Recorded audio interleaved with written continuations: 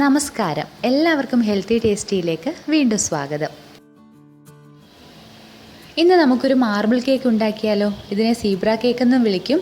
അപ്പോൾ ഇത് നമ്മുടെ വീട്ടിലുള്ള പാത്രങ്ങളും അതുപോലെ വീട്ടിലുള്ള സാധനങ്ങളും ഒക്കെ ഉപയോഗിച്ചിട്ട് വളരെ സിമ്പിളായിട്ട് എങ്ങനെ തയ്യാറാക്കാമെന്ന് നമുക്ക് നോക്കാം. ഞാൻ അളവിന് വേണ്ടി എടുത്തിരിക്കുന്നത് ഒരു കോഫി കപ്പാണ്. അപ്പോൾ ഇതിൽ പറഞ്ഞിരിക്കുന്ന എല്ലാ ചേരുവകളുടെ അളവ് ആ ഒരു കപ്പിൻ്റെ രീതിയിലായിരിക്കും പറഞ്ഞിരിക്കുന്നത്. അതായത് ഒരു കപ്പെന്ന് പറഞ്ഞാലും അരക്കപ്പെന്ന് പറഞ്ഞാലും ആ അളവിലുള്ള കപ്പിൽ തന്നെയായിരിക്കും അളന്നെടുക്കുന്നത്. ഞാൻ ഇന്ന് ഈ കേക്കിലേക്ക് മുട്ടയോ ബട്ടറോ ഒന്നും ചേർക്കുന്നില്ല. അതിന് പകരം ചേർക്കുന്നത് ബട്ടർ മിൽക്കാണ്. അത് റെഡിയാക്കുവാൻ വേണ്ടി ഞാനിവിടെ ഒരു കപ്പ് പാലെടുത്തിട്ടുണ്ട്. ഇതിലേക്ക് കുറച്ച് വിനാഗിരി ഒഴിച്ചു കൊടുത്ത ശേഷം ഒന്ന് മിക്സ് ചെയ്തിട്ട് അടച്ച് ഒരു 10 അല്ലെങ്കിൽ 15 മിനിറ്റ് വെക്കാം. അതിന് ശേഷം നമുക്കിത് റെഡിയായിട്ട് കിട്ടും. അപ്പോൾ നിങ്ങളുടെ കയ്യിൽ വിനാഗിരി ഇല്ലെങ്കിൽ പകരം പുളിയില്ലാത്ത തൈരോ അല്ലെങ്കിൽ മോരോ ഉപയോഗിക്കാം. അപ്പോൾ നല്ല കട്ടയായിട്ടുള്ള തൈരാണെങ്കിൽ അതൊന്ന് അടിച്ചിട്ട് ഒന്ന് ലൂസാക്കി എടുത്തിട്ട് വേണം ഇതിലേക്ക് ചേർക്കാൻ വേണ്ടി. അപ്പോൾ അത് ഒരു കപ്പാണ് വേണ്ടത്. അപ്പോൾ ഇത് ബട്ടർ മിൽക്ക് റെഡിയാക്കാൻ വേണ്ടി ഒന്ന് മാറ്റി വെക്കാം. ഞാനിവിടെ അരക്കപ്പ് പഞ്ചസാരയാണ് എടുക്കുന്നത്. അരക്കപ്പ് മുതൽ 1/4 കപ്പ് വരെ ചേർക്കാം. അത് നിങ്ങളുടെ മധുരത്തിൻ്റെ അളവിനനുസരിച്ച് ചേർത്ത് കൊടുക്കാം. അപ്പോൾ മധുരം ഒരുപാട് വേണ്ട എന്നുണ്ടെങ്കിൽ അരക്കപ്പ് പൊടിച്ച പഞ്ചസാര ചേർത്താൽ മതി. നല്ലപോലെ മധുരം വേണം. നമ്മുടെ സാധാരണ കേക്ക് പോലൊക്കെ മധുരം വേണം എന്നുണ്ടെങ്കിൽ ഒരു 1/4 കപ്പ് പഞ്ചസാര എടുക്കാം. പൊടിച്ച പഞ്ചസാരയാണ്. അപ്പോൾ ഇതൊരു പാത്രത്തിലേക്ക് ഇട്ട് കൊടുത്തിട്ടുണ്ട്. ഇതിലേക്ക് നമുക്ക് ബട്ടർ മിൽക്ക് ചേർത്ത് കൊടുക്കണം. നമ്മൾ നേരത്തെ വിനാഗിരി ഒഴിച്ച് പാല് മാറ്റി വെച്ചിരുന്നല്ലോ, അപ്പോൾ അതിപ്പോൾ റെഡി ആയിട്ടുണ്ടാവും. അത് ഈ പഞ്ചസാരയിലേക്ക് ഒഴിച്ചു കൊടുക്കാം.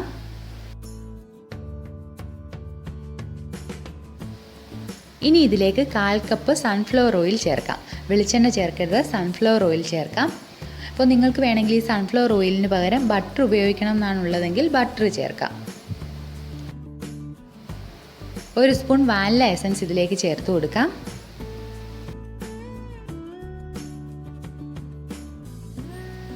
ഇനി ഇതെല്ലാം കൂടി നന്നായിട്ടൊന്ന് മിക്സ് ചെയ്യാം. ആ ബട്ടർ മിൽക്കും പഞ്ചസാരയും എണ്ണയും എല്ലാം കൂടി നന്നായിട്ടൊന്ന് കൂടി വരുന്നത് പോലെ ഇതൊന്ന് അടിച്ചെടുക്കാം. ഇനി ഇതിലേക്ക് നമുക്ക് മൈദയും ബേക്കിംഗ് പൗഡറും ഒക്കെ ചേർക്കണം. അത് നേരിട്ട് ചേർക്കുന്നതിന് പകരം ഒരു അരിപ്പയിലൂടെ ഒന്ന് അരിച്ചിട്ടാണ് ചേർക്കേണ്ടത്. അതിനുവേണ്ടി ഈ പാത്രത്തിന് മുകളിലേക്ക് ഒരു അരിപ്പ് വെച്ചിട്ടുണ്ട്. ഇതിലേക്ക് നമുക്ക് 1 കപ്പ് മൈദ ചേർത്ത് കൊടുക്കാം.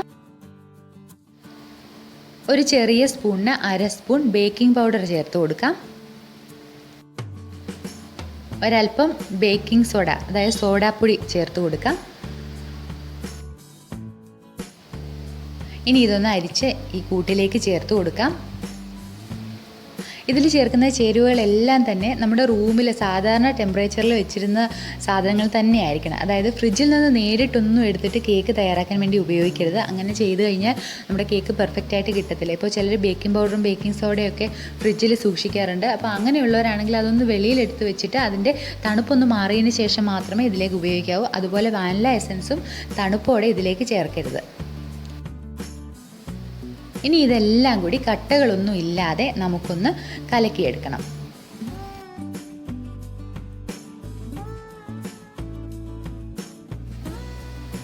ഇതിപ്പോൾ കേക്കിന് പരുവമായ രീതിയിൽ കറക്റ്റ് ഒരു പരുവത്തിലാണ് ഇത് മാവ് നമ്മൾ കലക്കിയെടുത്തിരിക്കുന്നത്. ഇപ്പോൾ നിങ്ങൾ കലക്കിയെടുക്കുന്ന മാവ് കുറച്ച് കട്ടിയായിട്ടിരിക്കുമെന്ന് തോന്നുവാണെങ്കിൽ അതിലേക്ക് കുറച്ച് പാൽ കൂടി ഒഴിച്ചാൽ മതി. തിളപ്പിച്ച ശേഷം ആറിക്കഴിഞ്ഞിട്ടുള്ള പാലാണ് ചേർക്കേണ്ടത്. ഒരല്പം പാൽ മാത്രം ചേർത്ത് കൊടുക്കുക. ആവശ്യത്തിനനുസരിച്ച് ചേർത്ത് കൊടുക്കുക.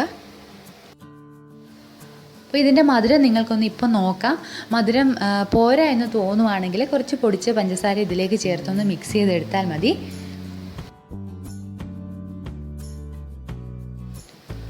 ഇനി ഈ മാവിൻ്റെ പകുതി മറ്റൊരു പാത്രത്തിലേക്ക് മാറ്റാം. നമ്മൾ മാർബിൾ കേക്കാണല്ലോ തയ്യാറാക്കുന്നത്. അതിനുവേണ്ടി കൊക്കോ പൗഡർ ചേർത്തിട്ട് കുറച്ച് മാവ് നമുക്ക് വേണം. അപ്പോൾ അതിനുവേണ്ടിയാണ് ഈ പാത്രത്തിൽ നിന്ന് കുറച്ച് മാവ് ഒരു പാത്രത്തിലേക്ക് മാറ്റുക. അതിലേക്ക് കുറച്ച് കൊക്കോ പൗഡർ ചേർത്തൊന്ന് മിക്സ് ചെയ്യണം. ഞാനിവിടെ ഒരു 3 സ്പൂൺ കൊക്കോ പൗഡറാണ് ചേർക്കുന്നത്. ഈ മാവിലേക്ക് കൊക്കോ പൗഡർ ചേർത്തിട്ട് നന്നായിട്ട് ഇളക്കിയെടുക്കാം. ഈ കൊക്കോ പൗഡർ കൂടി ചേർക്കുമ്പോൾ കുറച്ച് കട്ടിയായിട്ട് വരും മാവ്. അങ്ങനെ ഒരുപാടങ്ങ് കട്ടിയായിട്ട് തോന്നുന്നുണ്ടെങ്കിൽ കുറച്ച് പാലൊഴിക്കാം. അതുപോലെ മധുരം കുറച്ചുകൂടി വേണമെന്നുണ്ടെങ്കിൽ അല്പം പഞ്ചസാര കൂടി ചേർത്ത് കൊടുക്കാം. നമുക്ക് മാർബിൾ കേക്ക് ഉണ്ടാക്കുവാനുള്ള മാവ് തയ്യാറായിട്ടുണ്ട്. അപ്പോൾ ഇനി ഇത് ഏത് പാത്രത്തിലാണ് ഉണ്ടാക്കുന്നതെന്ന് ഞാൻ കാണിച്ചു തരാം.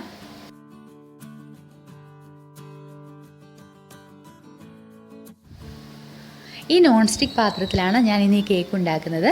ഇതിലേക്ക് കുറച്ച് നെയ്യ് അല്ലെങ്കിൽ ഓയിൽ എന്തെങ്കിലും ഒന്ന് തടവിയെടുത്താൽ മാത്രം മതി, വേറൊന്നും ചെയ്യേണ്ട. അപ്പോൾ ഇതിലേക്ക് നമുക്ക് മാവ് ഒഴിച്ചു കൊടുക്കാം. മാർബിൾ കേക്ക് ഉണ്ടാക്കാൻ വേണ്ടി മാവ് ഒഴിക്കുന്നത് എങ്ങനെയാണെന്ന് ഞാൻ കാണിക്കാം. നമ്മൾ തയ്യാറാക്കിയിരിക്കുന്ന 2 തരത്തിലുള്ള മാവിൽ ഏതെങ്കിലും ഒന്ന് ആദ്യം കുറച്ചൊന്ന് ഒഴിച്ചു കൊടുക്കാം. ഒരു പാതിയോളമോ മറ്റോ ഒന്ന് ഒഴിച്ചു കൊടുക്കാം. അതിനുശേഷം ഇതിൻ്റെ നടുവിലേക്ക് തന്നെ മറ്റേ മാവിൻ്റെ കുറച്ച് ഭാഗം ഒഴിക്കാം. ഇതുപോലെ ലെയറായിട്ട് വേണം നമ്മൾ മാർബിൾ കേക്കിന് വേണ്ടി മാവ് ഒഴിച്ചു കൊടുക്കാൻ. ആദ്യം ഒഴിക്കുന്ന അത്ര അളവിൽ പിന്നീട് മാവ് ഒഴിക്കരുത്. ഓരോ തവണ ഒഴിക്കുമ്പോഴും മാവിൻ്റെ അളവ് കുറച്ച് വരണം. ഇതുപോലെ ഓരോ ലെയറായിട്ട് ഒഴിച്ച് നമുക്ക് തയ്യാറാക്കിയെടുക്കാം. ഇനി നമുക്കിതൊന്ന് മിക്സ് ചെയ്യണം. വെറുതെ എന്തെങ്കിലും ഒരു ഡിസൈൻ കൊടുക്കാം. ജസ്റ്റ് ഒന്ന് ഒരു ടൂത്ത് പിക്കോ മറ്റോ വെച്ച് ഒന്ന് വരച്ചു കൊടുക്കാം. അതല്ലെങ്കിൽ എന്തെങ്കിലും ഒരു ഫ്ലവറിൻ്റെയോ മറ്റോ ഒരു ഷേപ്പ് ഒരു ഡിസൈൻ കൊടുക്കാം.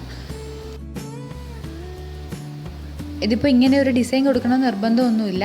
ജസ്റ്റ് ഒന്ന് വരച്ചു കൊടുത്താലും മതി. എന്തെങ്കിലും വെച്ചിട്ട് ആ 2 തരത്തിലുള്ള മാവ് ഒന്ന് മിക്സായി വരണം, അതിന് വേണ്ടി മാത്രം. അതായത് ജസ്റ്റ് അതിലൊന്ന് ഇടകലർന്ന് വരാൻ വേണ്ടി മാത്രം നമ്മൾ എന്തെങ്കിലും ഒരു ഡിസൈൻ കൊടുത്താൽ മതി. ഞാനിപ്പോൾ ഇതേപോലെ ഒരു ഡിസൈൻ കൊടുക്കുകയാണ്. ഇപ്പോൾ കാണാൻ നല്ല ഭംഗിയുണ്ടായിരിക്കുമല്ലോ അല്ലേ? അപ്പോൾ ഇത് ബേക്കായി വരുമ്പോൾ ഈ ഒരു ഡിസൈനൊന്നും കിട്ടണം എന്നില്ല. എങ്കിലും നമ്മൾ ഇപ്പോൾ ഒരു ഭംഗിക്ക് വേണ്ടി നമ്മളിങ്ങനെ ഒരു ഡിസൈൻ കൊടുക്കാം. ഇനി ഇത് നമുക്ക് ബേക്ക് ചെയ്തെടുക്കാം.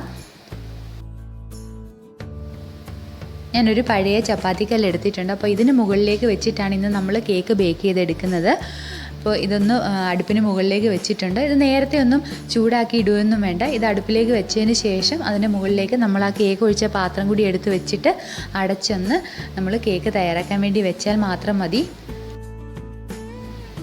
ഒരു 40-45 മിനിറ്റോളം നമ്മളിത് വേകാൻ വേണ്ടി ഒന്ന് അടുപ്പിൽ വെക്കേണ്ടി വരും. അപ്പോൾ നിങ്ങൾ എടുക്കുന്ന ആ ഒരു മാവിൻ്റെയൊക്കെ അളവിനനുസരിച്ച്, അതായത് കേക്കിൻ്റെ വലുപ്പത്തിനനുസരിച്ച് ബേക്കായി വരുന്നതിനുള്ള സമയവും വ്യത്യാസപ്പെടാം. ഏറ്റവും കുറഞ്ഞ ഒരു 45 മിനിറ്റെങ്കിലും വേണം നമുക്ക് ഈ കേക്കൊന്ന് റെഡിയായി കിട്ടാൻ. ആ കേക്ക് ബേക്കായിട്ട് വന്നിട്ടുണ്ട്.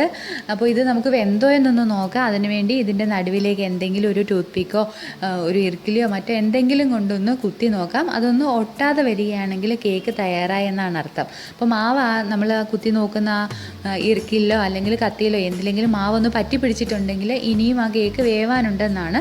അപ്പോൾ കുറച്ച് സമയം കൂടി ചെറിയ തീയിലിട്ടിട്ടതൊന്ന് ബേക്ക് ചെയ്തെടുക്കണം.